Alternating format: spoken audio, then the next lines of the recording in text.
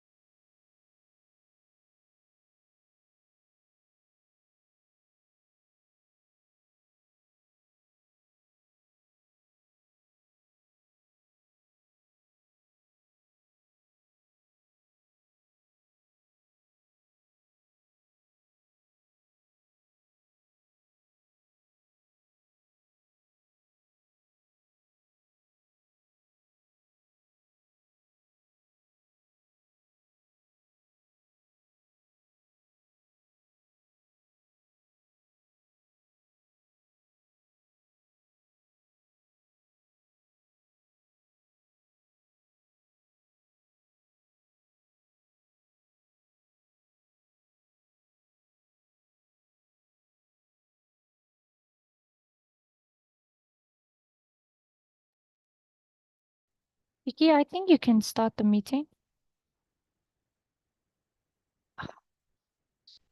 Yes, I will, Salma. Thank you.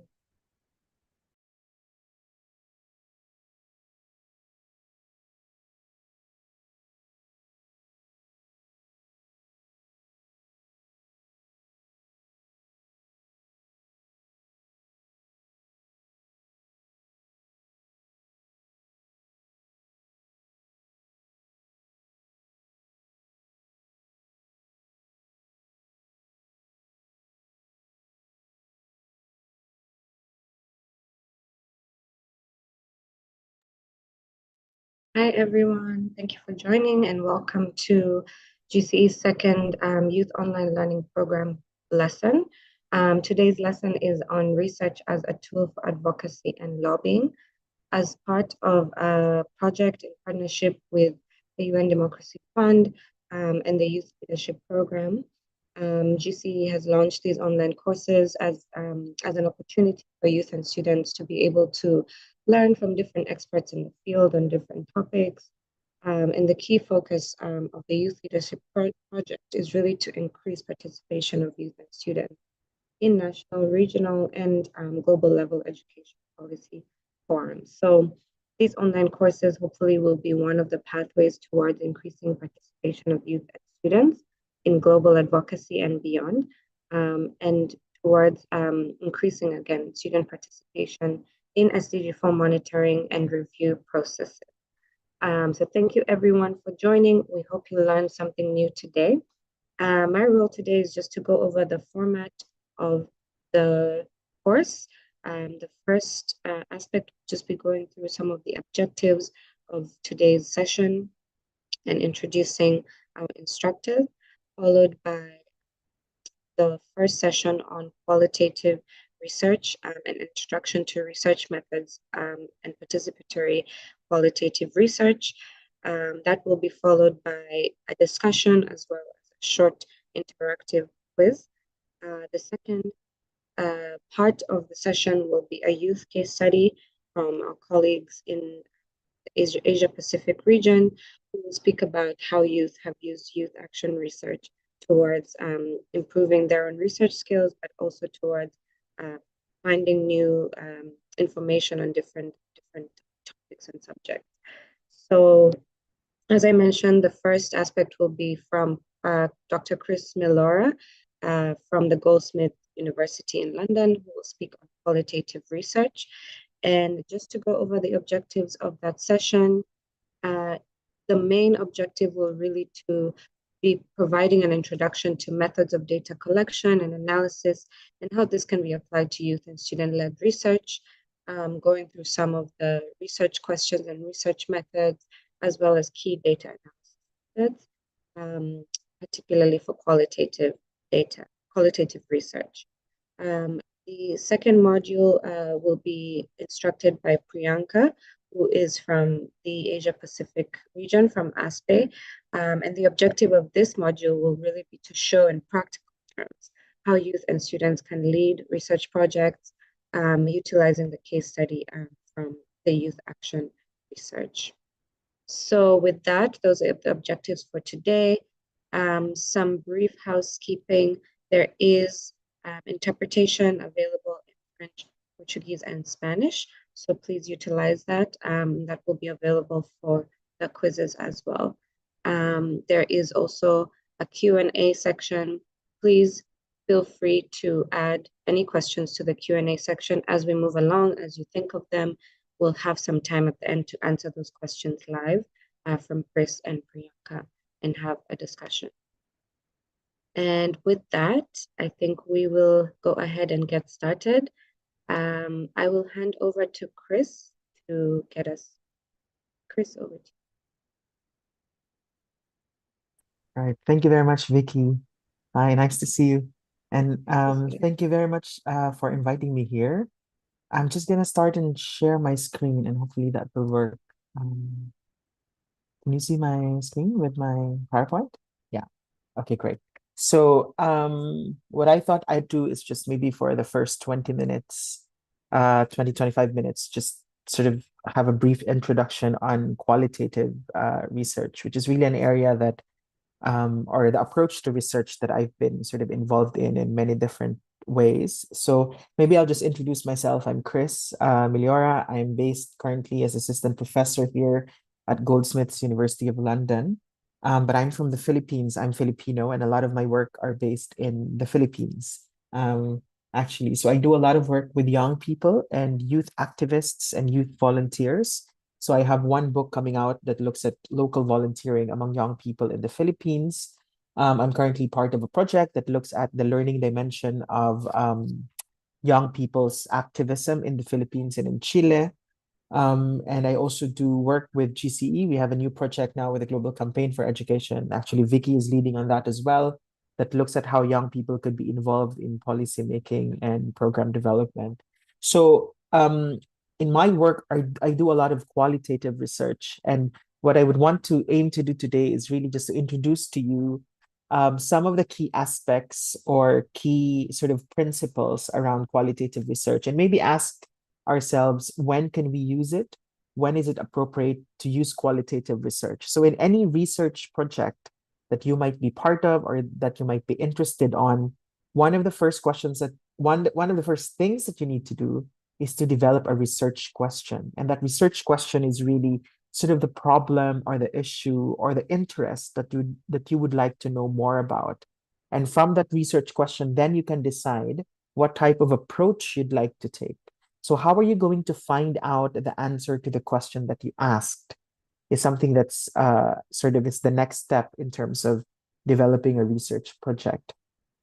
So as I was listening to Vicky's introduction earlier, I was wondering, why is research and how is research important in youth campaigning in particular? So this is a question that I also asked myself in some of the research projects that I'm part of.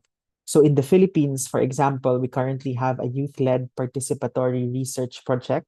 It's similar to the Action Research Project that our colleague will from ASPE will talk, Priyanka will talk about later. So what we also want to do is to train young people with research methods, and then they conduct the research themselves. And one thing that have come out from this particular project is, what then do we do with the data that we gather? And how can we use it, particularly among the young people I work with? They ask me, how can we use this data to develop a new campaign or for us to be able to engage with policymakers? And so we're starting to think about in what ways research is important, particularly in youth activism and in youth campaigning. So one thing that we found is that research can be used to understand issues and problems and also test out solutions. So I know that there might be a lot of intimidating information about what research entails, at least for the young people I've worked with. They always tell me, well, we don't do research, we only do research in school, right? Or in our universities. We do research as part of our dissertation, as part of a requirement in school. So we don't really do research. We only do it in this particular context. But actually, once you train them with the research method, they realize that at the heart of research is really just finding out answers to questions that you're interested in. So a lot of them, for instance, were finding out answers to questions surrounding issues and problems that are existing in their communities, but are also existing in their organization. So, for instance, they would find out things like, oh, there's actually a breakdown of communication in our organization. And we found that out, this particular issue or problem, when we started conducting research with them, right? And they're conducting research on their own practice. Um, what research also does is to provide evidence to be used in campaigning. So this is something that you've probably found to be important when speaking with policymakers or practitioners or people in power, is that they really ask you all the time, what is your evidence, right? If you're fighting for digital, addressing the digital divide, for instance, they would ask you, so what is your evidence that there is a digital divide? And sometimes the question of evidence could go down up to the local sort of community level. And this is where research could come in. If you've conducted research on a particular issue in a particular area, and you're able to show that these are the problems, then you can, you can use that information as evidence, right? To then offer that to policymakers to establish that these issues exist, these issues exist. So research can also be used by policymakers on certain issues in trying to develop programs. And I think what's also really important with research is that research allows you to really have a conversation, depending on the method, of course, that you use, to have a conversation with individuals who sometimes their voices are unheard or their issues are not identified, right? Or their issues are invisible. So, for instance, a lot of the research, particularly qualitative research, focuses on things like what are the experiences of individuals, or how does what are the perspectives of youth activists on certain issues, for instance, or in policymaking and education. So research allows you to ask these questions to people or individuals that may not have an opportunity to talk about these issues in a broader scale, or to talk about the issues they're experiencing to somebody. So this is an opportunity. Research could be an opportunity for those voices to be heard, to be identified, to be organized, and to be analyzed. So how else? I mean, later, perhaps during the conversation at the end of the presentation, we can talk about how else could this happen, right? How else could research be important in campaigning? Okay, so before we proceed, I'd just like to give just a few sort of statements on what qualitative research is. So according to Breiman, qualitative research is a research strategy that usually emphasizes on words rather than quantification in the collection and analysis of data. So the main purpose of qualitative research is to find out people's feelings, understandings, experiences, and how they talk about it using words, right? Rather than saying, oh, 20% of young people have been impacted by COVID, or say, like, there's been 90% of school closure during COVID. That is more of a quantitative question or a quantitative finding, but a qualitative finding is looking at things like, how did young people experience school closure? How did how were young people impacted by the COVID-19, their mental health, for instance, or their mobility? So it focuses on words, thoughts, and feelings. And it's really, according to Sandilovsky, it's an umbrella term for an array of attitudes towards and strategies for conducting inquiry that are aimed at discovering how human beings understand, interpret, and produce the social world. So qualitative research, think of it as like a microscope, right? For you to be able to understand, to get into people's heads, really, to try and understand what they think and how they understand the social world, right? Their particular experience, particular issues, particular politics. How do young people or participants or individuals understand that? Qualitative research is the approach that you could use for you to understand those thoughts and feelings.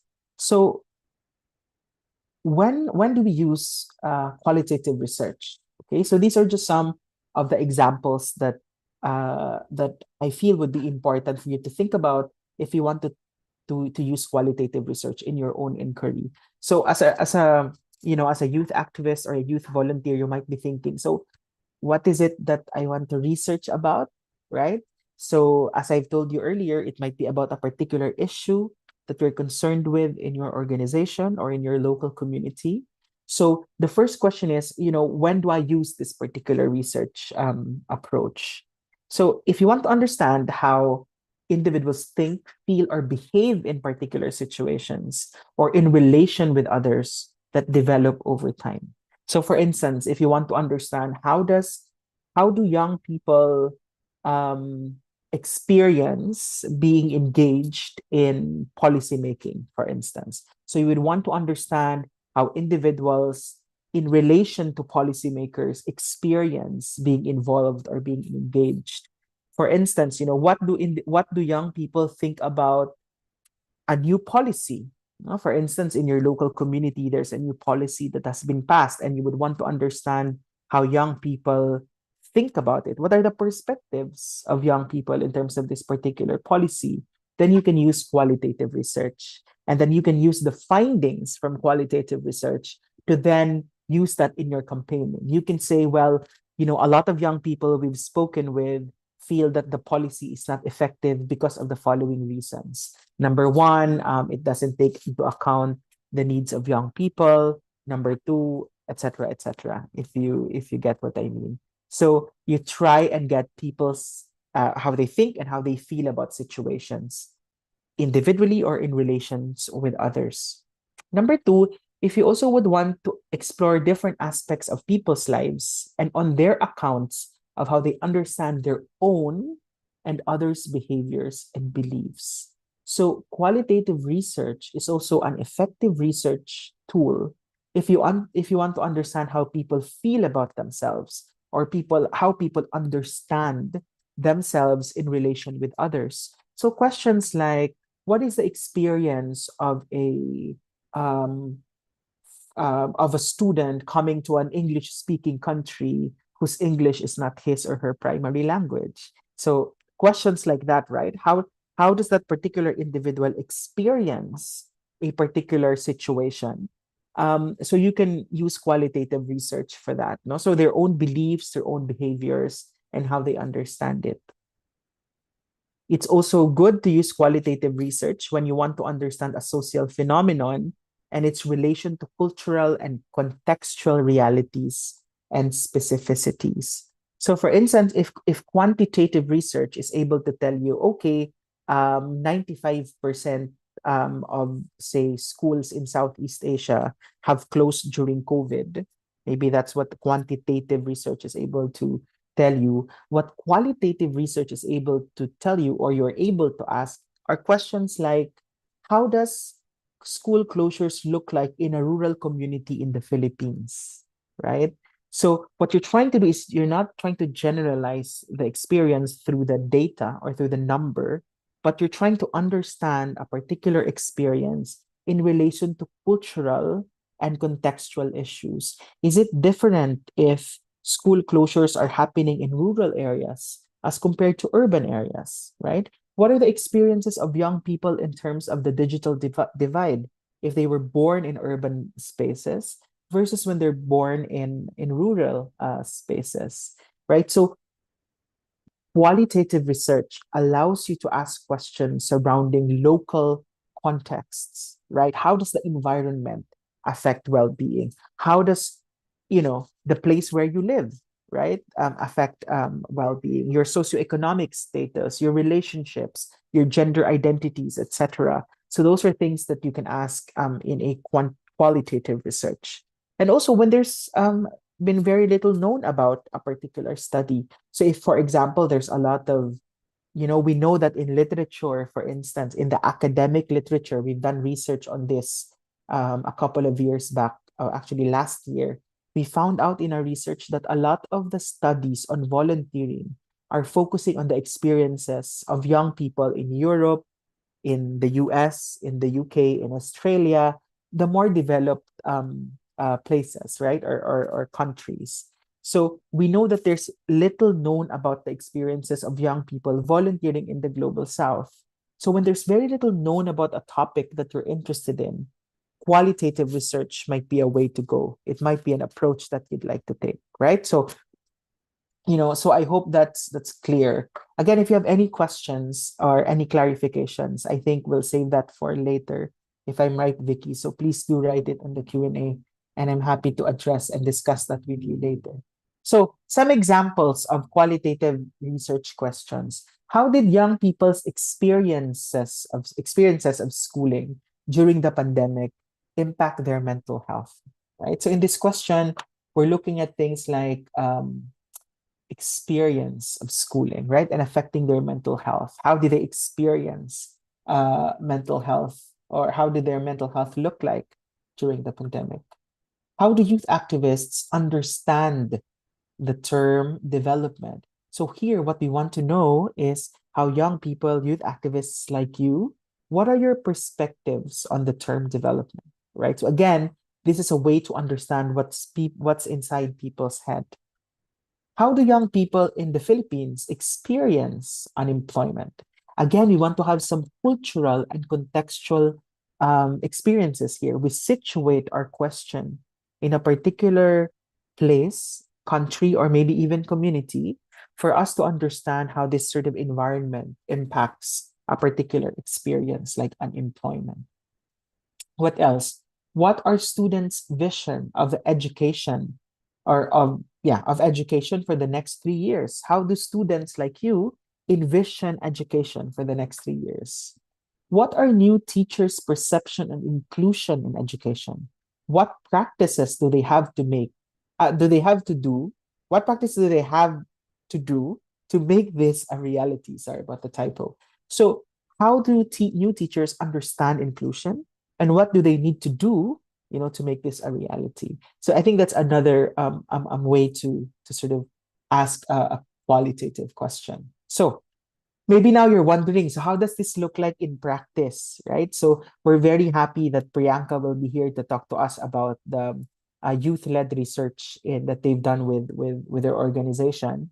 But I just wanted to say that there are many different methods you can use. You can use semi-structured interviews, focus group discussions, observations, literally trying to observe a particular phenomenon and writing notes and analyzing your notes later. So for instance, one of the things that I've done in my recent trip to the Philippines was to go and participate in a rally and in a protest led by young people. And I started taking notes of what was happening at that particular moment. So that's qualitative data. Again, the use of words rather than of numbers. There's also participatory methods, which I know Priyanka will talk to us about.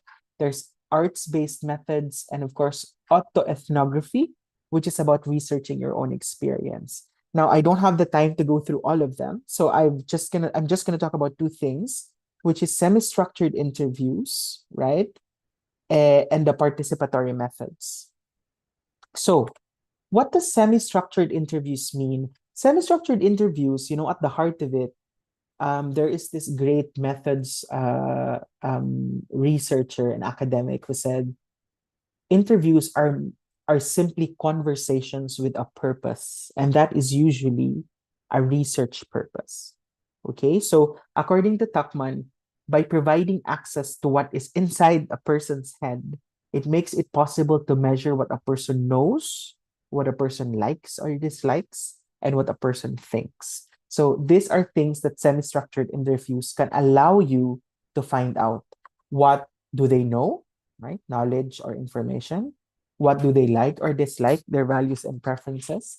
And of course, what does the person think, right? Some of their attitudes and beliefs, right? So interview methodology often begins from the assumption that it is possible to investigate elements of the social by asking people to talk and to gather or construct knowledge by listening to and interpreting what they say and how they say it. So usually when you want to conduct an interview, you start with this belief that you can actually talk to people about some of the social phenomenon that they're experiencing. So some of the complex issues that we're experiencing, right? Like the pandemic, for example, or education inequalities, underemployment or unemployment.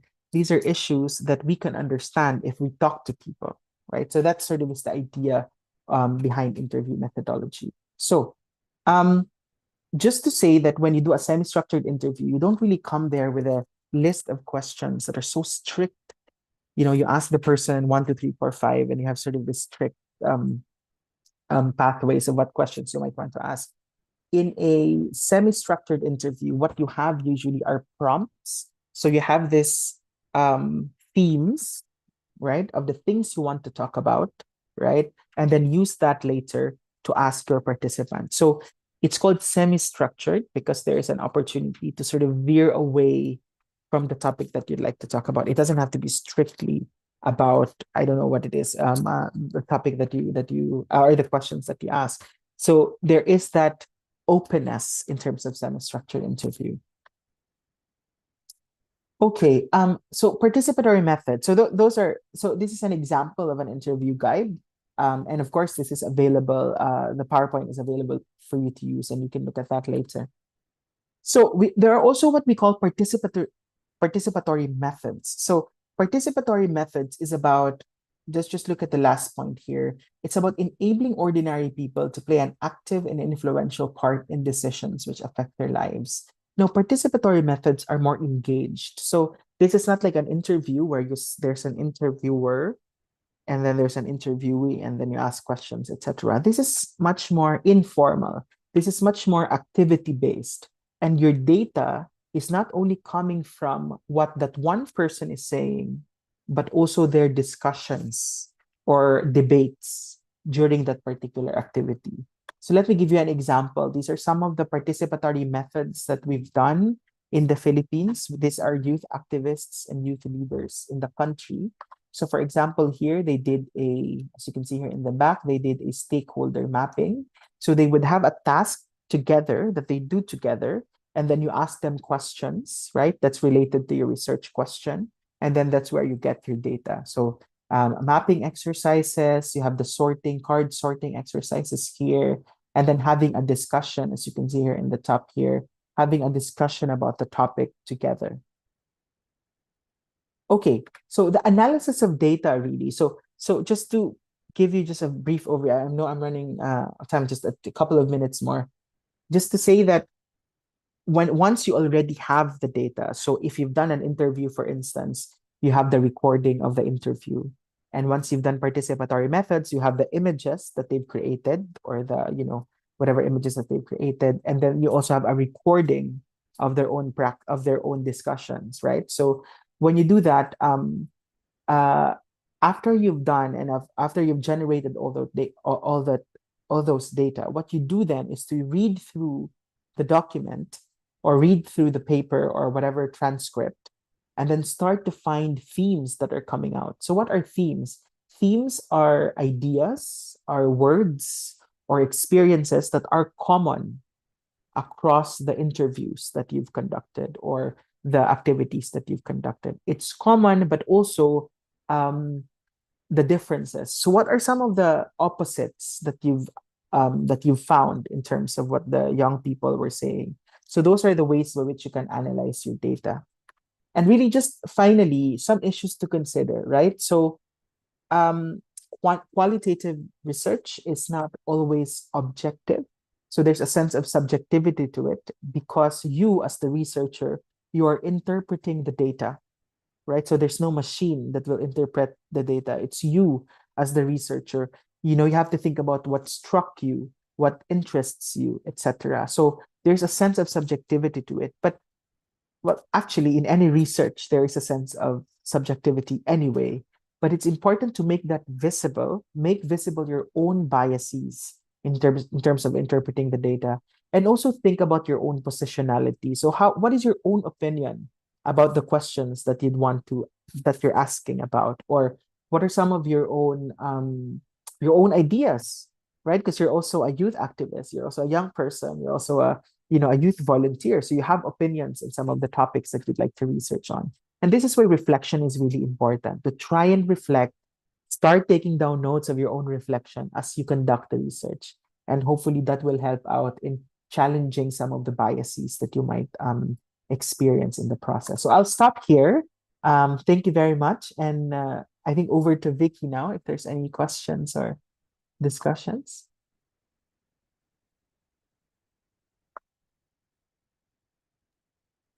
Thank you, Chris. Thank you so much for that introduction. I think there was so much in there. I myself learned something new about participatory methods and qualitative research. So thank you. And I hope everyone also learned something. Before we go into the discussion, I think we can do a short quiz just as a reflection of what we've heard. Just use this as a reflection of, what you've listened to and how you've interpreted it, rather than, right or wrong answers. And then we'll go into a discussion. In the meantime, you can also send in questions through the Q&A. There are already a few questions that Chris, you can answer live just after this poll. Okay, so I'm going to launch the poll, and you'll have 5 minutes. There are 2 questions. They're in 2 in each language, so English, French, Portuguese, and Spanish.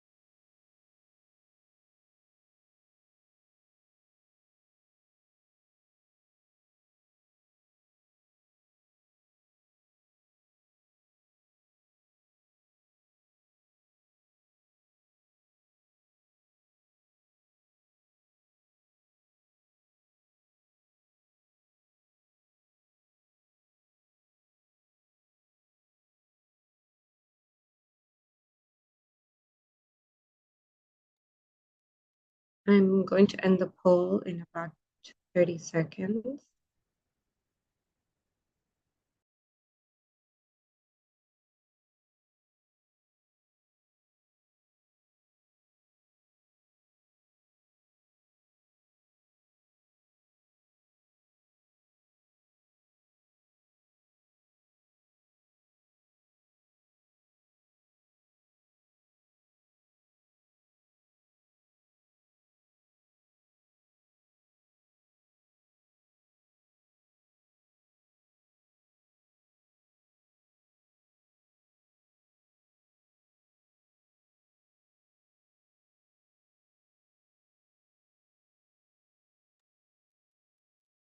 Okay, thank you everyone for participating. These are the correct answers just shown here on the screen. For question 1, correct answer was obviously all of the above that Chris mentioned. All of these are examples of qualitative research methods. Chris has also shared with us some take-home resources, so we'll be able to see more about and learn more about each of these methods beyond what was covered today. And I'll also share the presentation that he shared. For question 2, the correct answer based on Chris's presentation was really subjectivity of data, which I see most people got, as well as your own positionality. I think those other 2 factors could be there, but that could be a discussion, a further discussion beyond today's presentation.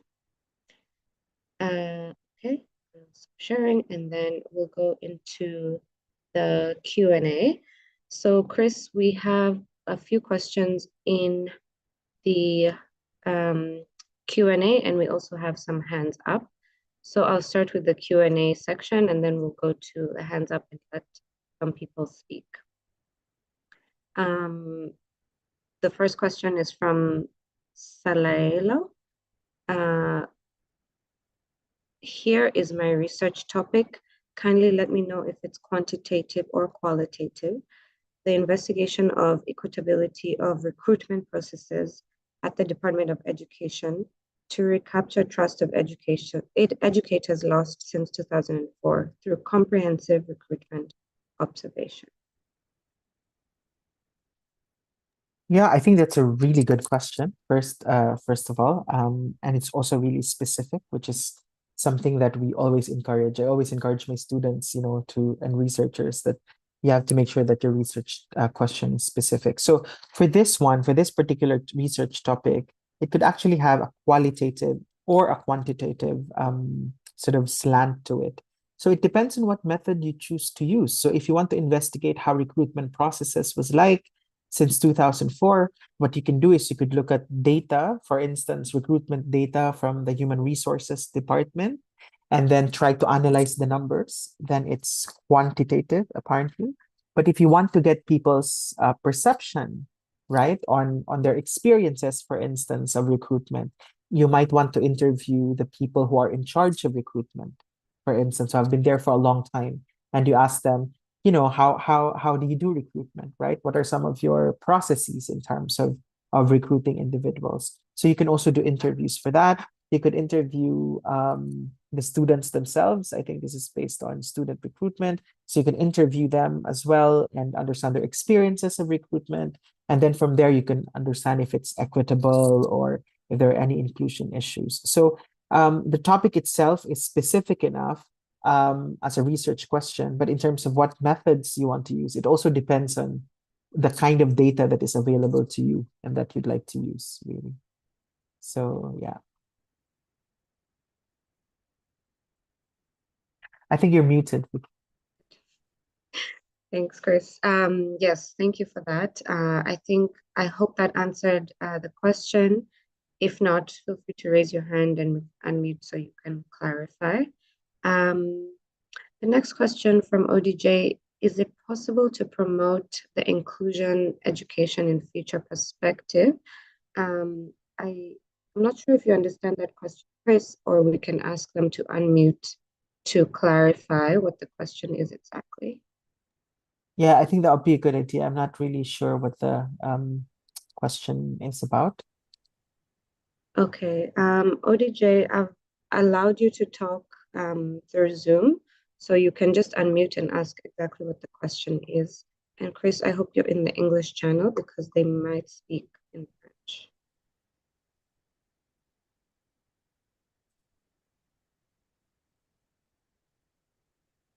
Yep, go ahead. Bonjour, et vous nous entendez? Ok.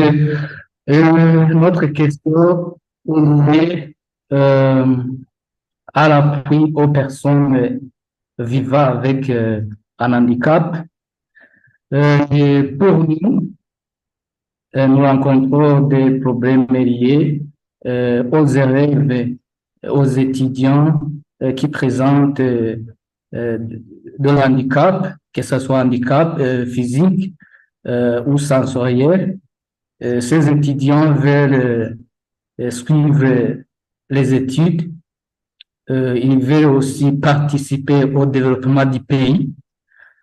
Ils nous demandent chaque fois d'avoir collaboré avec les personnes présentant de l'handicap. Je demande si dans vos perspectives d'avenir, vous prévoyez Sorry, ODJ, Oui. could you please go to the French channel and speak in the French channel so that we can hear you in the English? In interpretation, just press French and then just please repeat your question.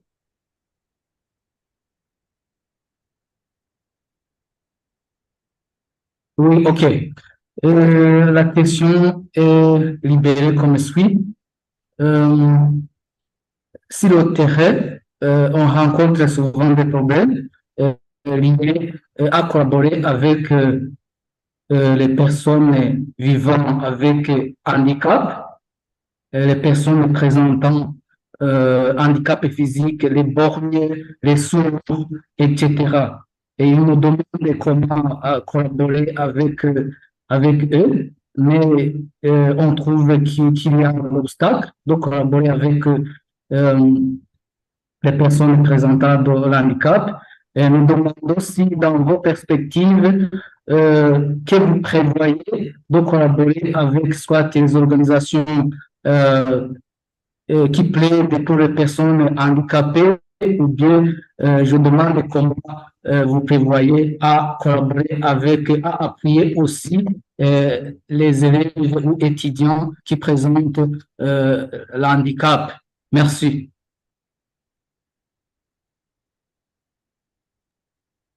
Okay, thank you very much. I think that's a really good question. And I think for this topic, it would be good to think about how can you use research if you want to campaign for the inclusion of young people who experience disabilities. So that might be a good question to ask your partner or your partner institution. So you have to also think about in your context, for example, are the experiences of students or young people with disabilities, are their experiences visible? Are there issues identified by the policymakers? Or as you've said, you know, they are not always asked or they're not always there in decision-making processes. So maybe that's the first stage, right? You can use research to encourage young people with disabilities to speak their minds and to to get their ideas and to get their experiences and to have a better understanding of the issues that they're experiencing. And then from there, you could create a campaign or develop a campaign for it.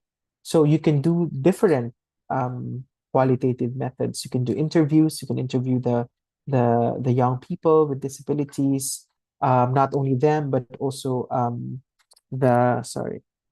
not only them, but also the individuals that work with them, the teachers, for instance. So so there's many other ways to do it or to engage with young people with disabilities through research. But I think that's a good and important sort of group to engage with in research. So hopefully that captures your question. That answers your question. Thank you, Chris. So the next question is from Israel. You can see it here. How can we as youth learn a bit more about autoethnography? I believe that might be an interesting method for many of us, but I don't know the main references. I'll also allow Israel to unmute, but you can start to answer.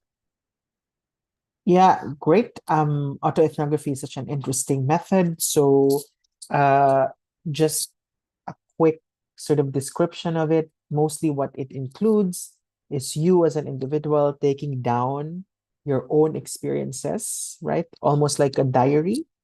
Like, for example, you keep it across your, I don't know, across a particular period of time, and then you go back to that diary and you analyze it using a theory or using a particular idea, kind of spending time away from the diary of what you've written, and then you look at it again and see what are some of the things that I've written? What are some of the emerging themes of the stuff that I've written here? How does it relate to my research question? So there are methods to do it. So perhaps what I can do is I can add to there's a resource bank I think that Vicky has developed. So I can add some resources there specifically on autoethnography, if that's something that is of interest to some of you. Great, perfect. Thank you, Chris. I think that would be very helpful because I know some of these things there's so much that we can discuss, and it would be good to have take-home resources they can use for further learning. We just have two more questions. One is from Abdi Hakim in Somalia. Secondary school graduates with lower grades below C, such as D and E, are not eligible to receive secondary leaving certificates and not prove their qualifications when it comes to attending higher education abroad or presenting to, for example, the US Embassy for a lottery visa. We want to study this phenomenon and present our findings. How can we go about it? Secondly, is there a common problem in third world countries or in Africa? And I think this for the broader group. Did anyone hear anything? So yeah, you can just give a brief idea of how you can go about this research. Yeah, so maybe one thing that I was not able to discuss as part of the qualitative methods is you could also do a policy analysis. So a policy analysis is you don't do any interviews, but you can as part of it. But what you do mainly is to look at a particular policy and see its strengths, its weaknesses, and its impacts. So I'm just thinking here for this particular project, you can do that really. You can look at the policy on immigration or whatever visa and education, etc. And you sort of analyze that and look at that and see, okay, what are some of why is it problematic? Why is this particular policy problematic and who is it impacting? So that could be an approach to do it. And then in the process of doing so, you might want to interview students who have had these experiences. You might want to interview teachers who are supporting students who have had these issues. So you can do a little bit of both, if you like. You can do the policy analysis, but also add some interviews on that area. Thank you, Chris. The last question, if you have time, is I think quite brief and probably something that has been asked already generally. Yeah. In doing research, is it necessary to do just qualitative or is it advisable to use mixed methods, qualitative and quantitative? Yeah, there's no hard and fast rule, but you might want to consider if you want to do quantitative and qualitative, that's usually called a mixed method study. So this is actually something that we're doing with GCE, with our project, new project. So what we're doing is we're going to start with a survey. So a survey would generate quantitative data, right? And then we use that survey then to develop a workshop and a focus group, which will then generate qualitative data. So you can also do something like this. You can start with a qualitative and then you do a quantitative later. But you need to make sure that your data or that your data methods would speak to each other. They have to be related. Otherwise, it will not be useful for you. So all of these things, your decision whether to use quantitative, qualitative, it has to make sense and it has to make logic. Why are you using quantitative first and then qualitative later, and vice versa? So there's no hard and fast rule. It depends on your research questions and also how these different data methodology would speak to each other.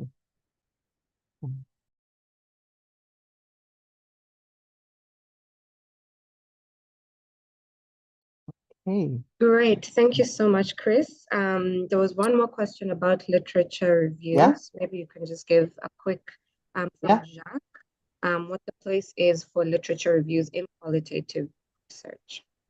Oh, it's very important. So a literature review, what it does. So if you want to do a literature review, the most important function of a literature review is to first and foremost identify the gap that you're trying to answer.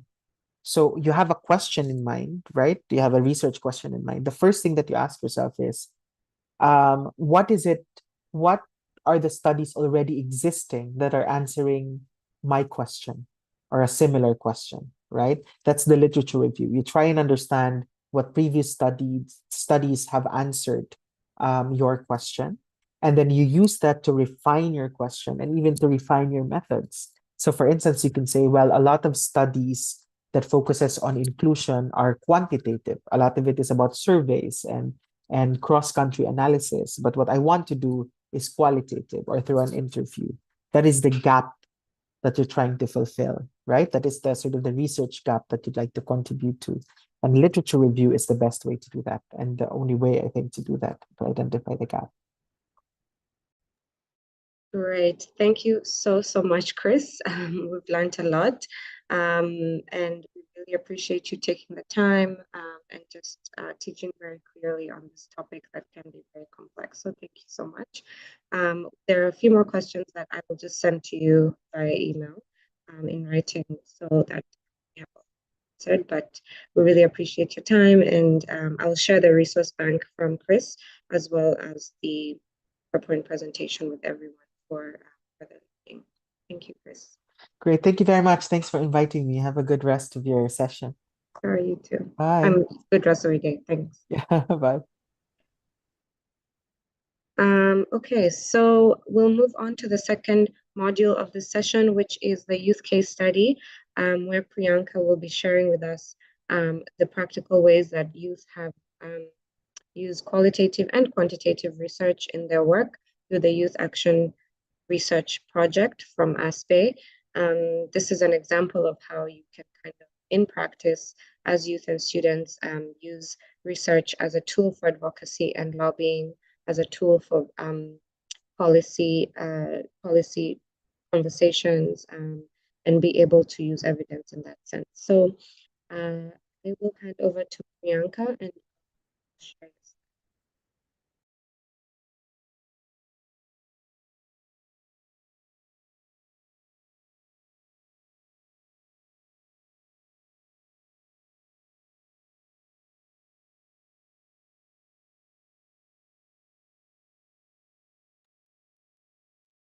Okay. Hello everyone, and hope you're all doing good. I'm Priyanka Pal. I'm the youth coordinator of ASBE, and I'm really happy to be here. And so thank you so much for this opportunity. And also thanks to Chris, I think, for sharing the importance of research in youth advocacy. And it's really interesting that the ASBE strategic intent of, strengthening the youth constituency in the Asia Pacific region has been through various initiatives, but one of them is mainly the youth-led action research, which we commonly call it as YAR. So the YAR is premised to strategically identify and tackle various issues by empowering the youth to develop a critical lens about the society around, and also this to provides an opportunity for them to empower is not just by looking at the fault lines, but also by asking questions and voices, their experiences and their comments process of transformation. So, but before I jump into the ASBE Youth Program and the YAR initiative, I would like to quickly introduce about ASBE. Can you go to the next slide, please? Okay, so ASBE is an abbreviation for Asia South Pacific Association for Basic and Adult Education, and it is a regional network of more than 200 CSOs and individual operating in around 30 countries of the Asia Pacific, which mainly works towards promoting the right to quality education through transformative and liberating lifelong adult education for all. And it also lobbies with governments to uphold education as an empowering tool. Next slide, please. So through the YAR initiative, ASBE has expanded the youth program to various members in different countries, and it engaged youth and provided them trainings and workshops through various workshops. And as well as the advocacy support by also connecting them to the regional and the global platforms. And even our members have, supported us by organizing various campaigns, consultations, webinars, and training workshops for youth in their own country. Next slide. So in 2016, ASWE, in collaboration with UNESCO Institute of Lifelong Learning, UIL, initiated the year on education for livelihood skills and life skills with girls and young women from the marginalized community. And it was designed as a 2-year initiative to support research capacity development of girls and young women from Indonesia, India, and Philippines. And the aim was to improve the evidence-based policy and programming for inclusive gender responsive literacy and on the basic skills education at the national as well as the subnational levels. So in these 3 countries, ASBE worked with its member as they implemented the YAR in selected marginalized villages in their respective countries itself. And members were chosen based on their commitment to work with young people on education and their commitment to work on research and advocacy, on grounding in the community, and also, to strengthen the men, to make them strengthen so that they are also are able to work with the youth constituencies and build their national youth constituency. The idea was also to equip member organizations to anchor the YAR program and to build youth constituent capacities to conduct and initiate the YAR program in their own respective communities. So efforts were made to work with national education coalitions in each country so that the findings and recommendations which emerged from the YAR could be used for the national advocacy. The pilot intended to focus on communicating the framework of action research and its contextual application in the community while developing skills of the marginalized youth in order to learn and practice research methods. So by using part of the research design, youth were able to build relationship with stakeholders like local government, organizations, or the elders in the community. And it focused on increasing the participation of this marginalized youth, and not just in one at the local level, but also, in implementing those findings of the research and their recommendations. So the effort further translated fruitfully to the selection of research tools by the youth, and it also helped them build their own leadership and increase the confidence within themselves to engage with the community through this research initiative. Next slide, please. So at the end of the second year of the study, which was sponsored by UIL, ASBE brought together the young community researchers and representatives of the member organizations from these 3 organizations which we have worked with earlier, and additionally from Nepal and Mongolia. Can we go to the next slide? And the members from Nepal and Mongolia also demonstrated a commitment in embarking the YAR initiative in their country.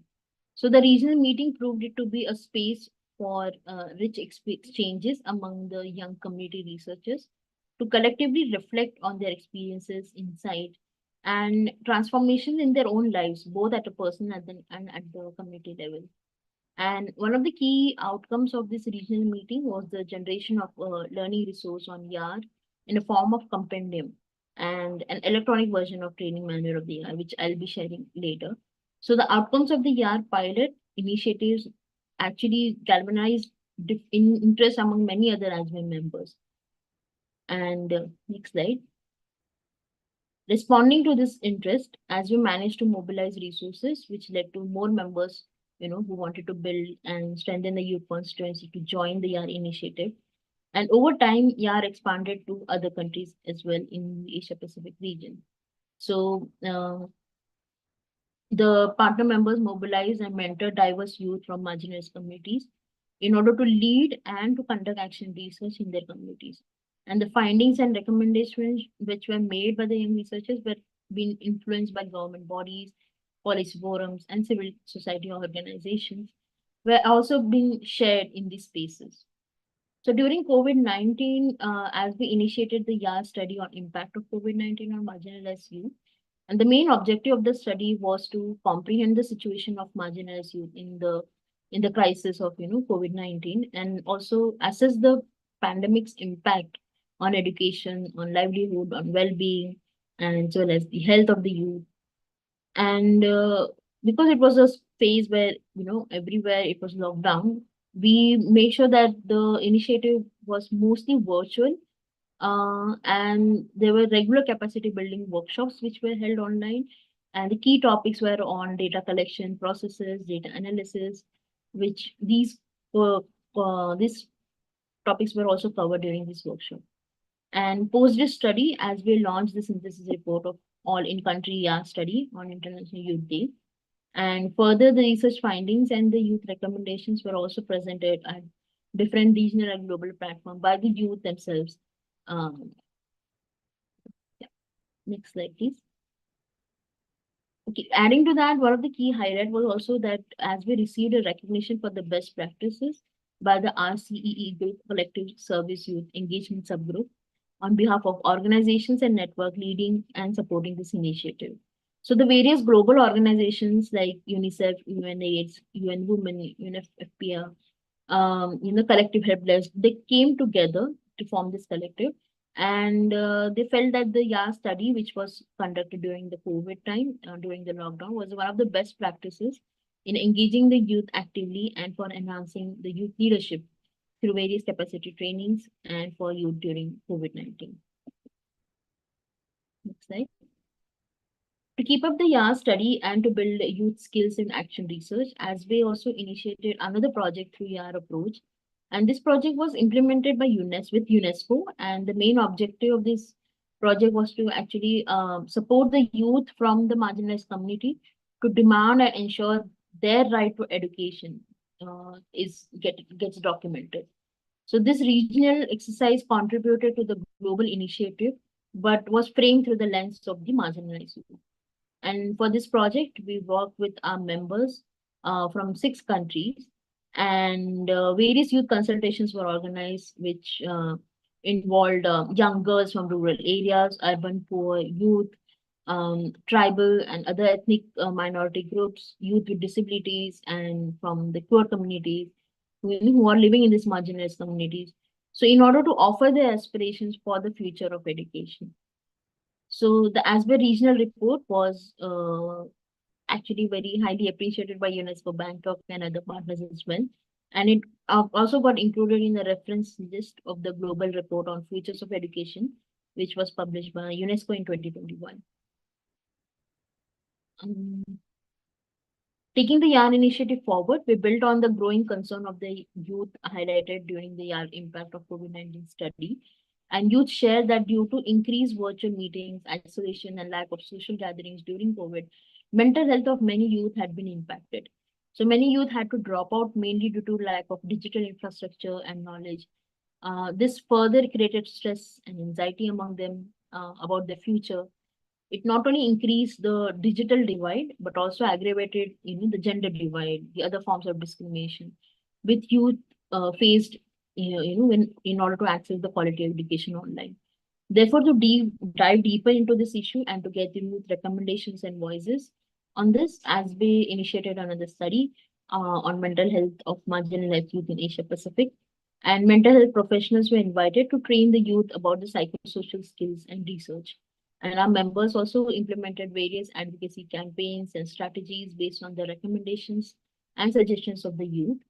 And their advocacy work, YAR researchers presented the study and their experiences in various platforms, even at the GCE Youth Action Month and during the GCE World Assembly event. So, and one of the other achievement, I think, is the Global Mental Health Action Network published a blog articles and have also included many of the YAR findings and recommendations in their report on Child and Youth Working Group. As the growing concern over the current geopolitical scenario, it was very important to engage youth in a dialogue of various forms of discrimination which exist and which also impacts education spaces. Therefore, ASBE conducted a combating racism, ethnicity, and identity-based discrimination in education study through YAR initiative with 6 countries. And it's an ongoing study. So already youth have finalized their country report, they've shared, and they've started working on their advocacy work. We are still in the process of making a synthesized report of on the basis of what the youth have come up with, and then taking it forward to different advocacy spaces at the regional and the global spaces as well. So these were some of the YAR studies which we had initiated with our members. However, in order to inform you more about its tool, let me take you forward towards the implementation process. So the Youth-led Action Research is an innovative form of participatory action research where adolescents and youth are involved as experts in an investigation, analysis, and actions for the individual and the community development. And this emphasizes the potentials of youth to produce authentic knowledge, take leadership, and engage in civic work with an enhanced critical lens. It also provides opportunities for young people to analyze their levels of marginalization, their own social structures, and their neighborhood, and to identify ways to turn them around if necessary. So if one looks closely to the many features of the YAR, this research approach not only recognizes young individuals' agency and knowledge and potentials, but also invites them to lead the entire research process. So this brings a shift in adolescent power, allowing youth voices to surface and nurture an organic talent. So as you can see in the figure, the 4 phases of youth-led action research. So these phases are interconnected and flexible. So this helps young youth to initiate the YAR process depending on the context, and the group can decide to start or revisit different phases throughout the project as it's needed. So this also allows ownership among youth, which is also a unique and a strength of the YAR initiative. The young women and girls who were living in the local communities led to the research process. The research topic were inspired by their own lived realities, and the research design and methods were also chosen by them. So as a result, they had the maximum clarity of purpose and process of the study and they had undertaken.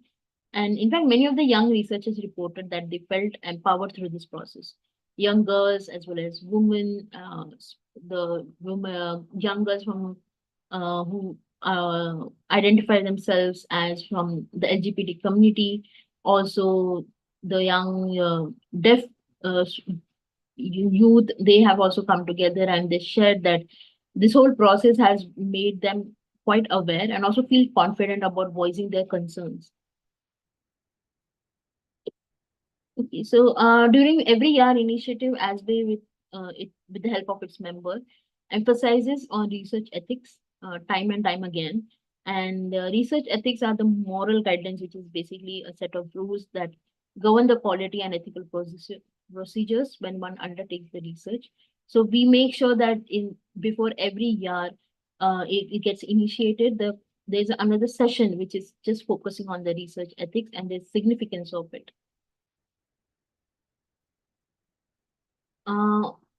Okay, so fieldwork is one of the most interesting and enjoyable, yet the most challenging part of the action research. So interacting with people and listening to their stories can be enriching experience. Moreover, stories connect people. Such stories bring insights, inspiration, and ideas. So one requires patience, understanding, and empathetic listening skills to make participants feel comfortable and trusted enough to share their stories with you.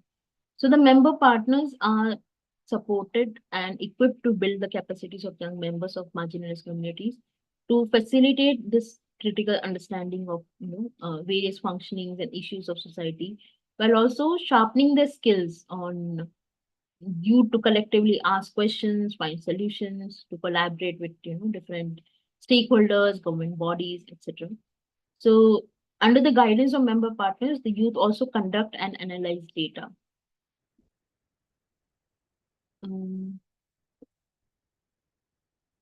So we believe that the qualitative and quantitative methods are complementary to each other. We have already had a conversation on this when Chris has presented. So while it is crucial to study the trend and patterns, it is necessary also to understand and document the deeper experiences of an individual. So in research, numbers can point out what is happening in society, but only narratives can explain why it is happening. Say, for example, a survey can be a best way to study the, the prevalence of the violence against women. But in-depth interviews are then necessary to fully understand women's experiences.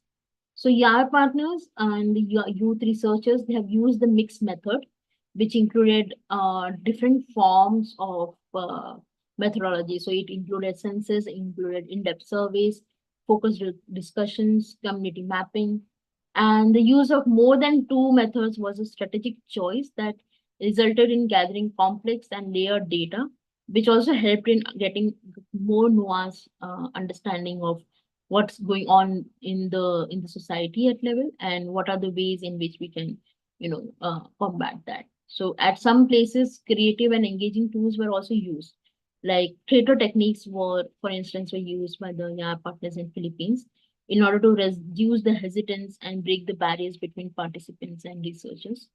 And the experiment was also very successful, and the team reported enhanced trust in their communities.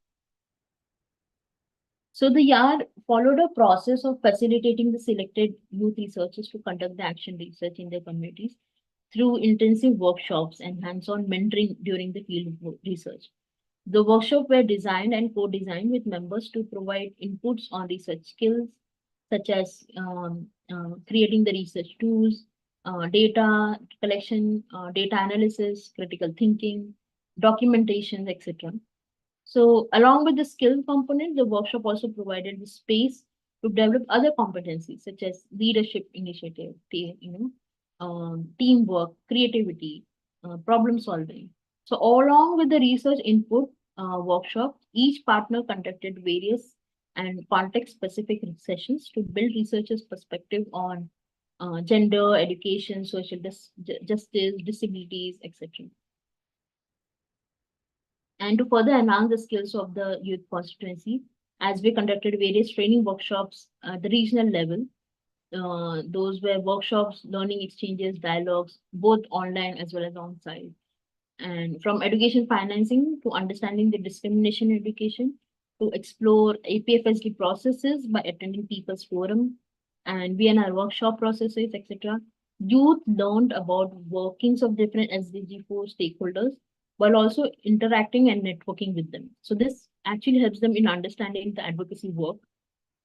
This also provided youth from the region to meet and interact with each other and to look for opportunities to take the work forward by collaboration. So under the guidance of the member partners, the youth also collect data and analyze data, also write reports and present their findings and engage with relevant stakeholders to address the outcomes emerging from the research. Next slide, please. So the process of contributes to creating a growing trove of literature, local histories and knowledge which is produced by the young researchers. And this literature contributes to the policy level advocacy, negotiation with the government and other stakeholders at the local and the national level, and supporting organizations and coalitions working towards community action. Most significantly, the process also helps you to develop, enable them to make informed decisions about their communities, about their own life, and also fostering the collaborative work and understanding of their agency. So keeping in mind the youth perspective, we try to use vibrant colors, showcasing their creativity by including the posters they created during the youth training workshops in the main page. Similarly, we also created various regional reports on other YAR initiative for dissemination as well as for reference while advocating youth voices at the regional and global platforms. So apart from that report, we have also created this youth-friendly and creative audiovisual materials, which is a series called Rory, who actually talks about the youth-led action research and takes through the series. I think there are 10 videos overall, and the 10 videos basically talks about the different ways and different things to keep in mind when conducting the YAR study. And this videos have been animated and it's very short, like it's like a 2 or 2.5 minutes. So it's very easy to access and look into it and get the crux of exactly we what exactly we want to learn from this. And lastly, the experience of YAR by the young researchers, member partners, and ASBE is actually a testament to the significance of action research. So, in order to reflect this, to make this reflection and push towards the sustainable YAR processes, ASBE had published this YAR e-manual in the year 2021, and it provides a comprehensive understanding of the action research processes, primarily for the youth to implement and produce knowledge from the communities. It focuses on the generation of youth perspective on education programs and strategies which will benefit the marginalized youth.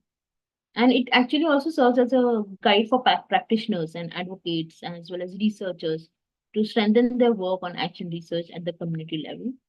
And it's something which we keep making sure that we keep on adding more resources again and again, so that if anyone wants to add or want to learn, please feel free to visit the website. I can also share the link in the comments here. And that's all. Thank you so much.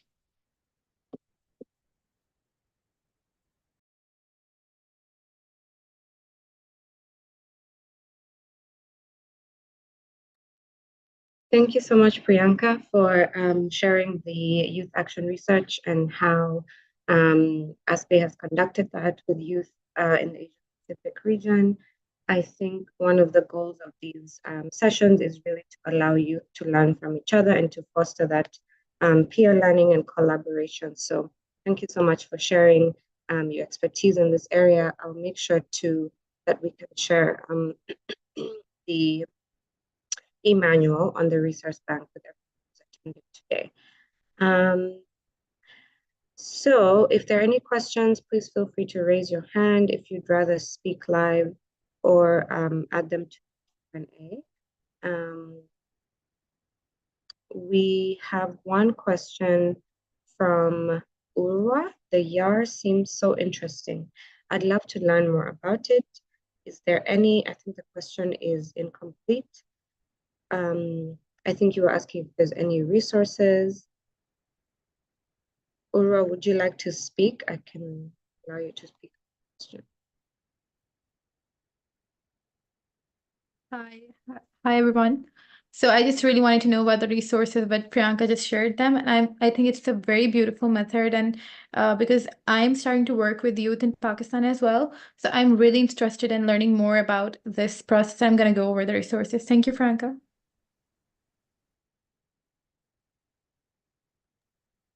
Thank you, Ba. And okay, I'll share the link here as well for if anyone wants to check it out. But maybe we can also share the link later in the email or in the resource desk. I can just add that link there itself.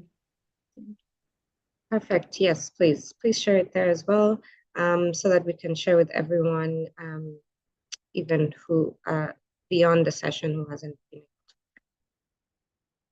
Are there any other questions for Priyanka? Questions, comments? Please feel free to raise your hand or type them in the Q&A.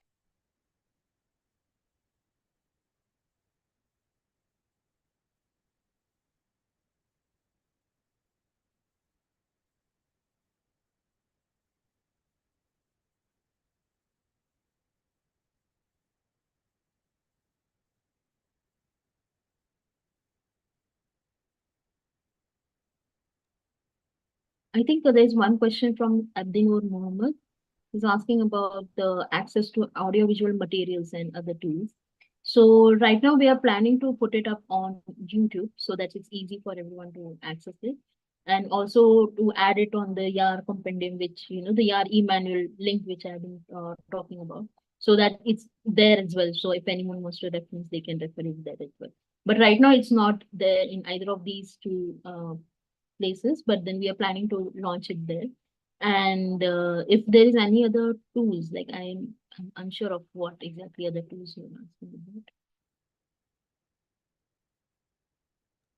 Great, thank you, Priyanka.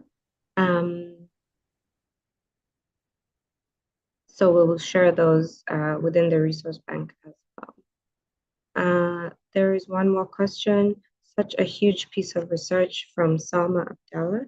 How do you coordinate it? Just trying to understand how you coordinate all the different actors, So- the youth. Yeah, I know, and it's actually when we look at it, it becomes very huge. But when we are planning it, when we are designing the research, we make sure that we are looking at the different communities. We are able to look at diversities and making sure that all those things are getting covered. And mainly, we are working with our members, so that really helps because members are the key people here who does the coordination at the national level. So they are also the ones with whom we engage one-on-one, and we consult them for any concerns with regard to that particular country's work. And even if they have any challenges in implementing the YAR work or their processes, or say later on in the youth advocacy, they do share those experiences, those challenges, and we or make sure that there are virtual learning exchanges, which happens around every 6 months, once 6 months. And that through that they're able to, learn from each other, also share their learnings and experiences and get an overall understanding of what are the ways in which the youth advocacy can be made strong at the national levels.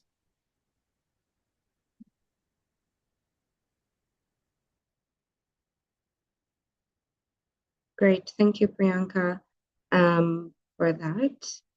We have one question here in French.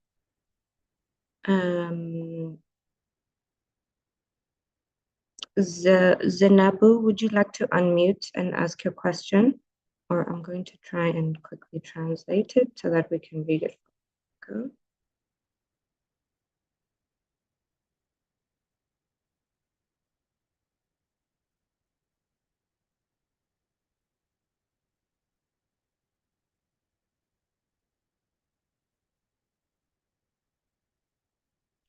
So the question, I think this is more for GCE. Is the e-learning site open and accessible to all young people and in all regions? If so, how can we access it in order to interact with youth? Yes, we have an open source platform as GCE for e-learning. We have actually our learning manager here on the call. So sorry to put you on the spot. I don't know if you'd like to answer how people can access the e-learning site.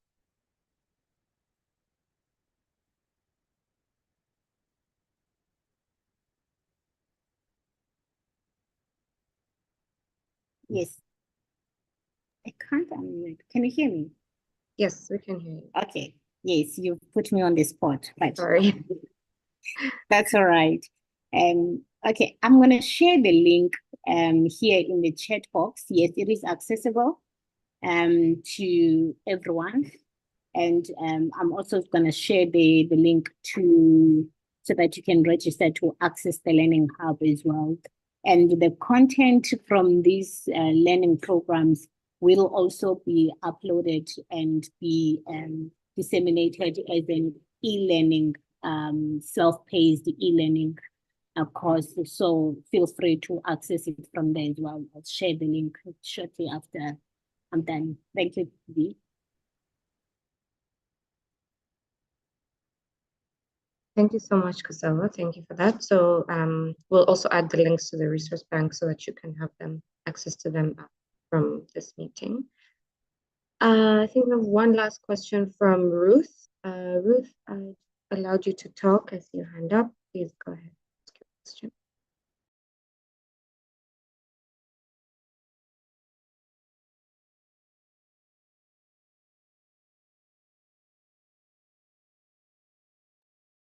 Ruth, can you hear us?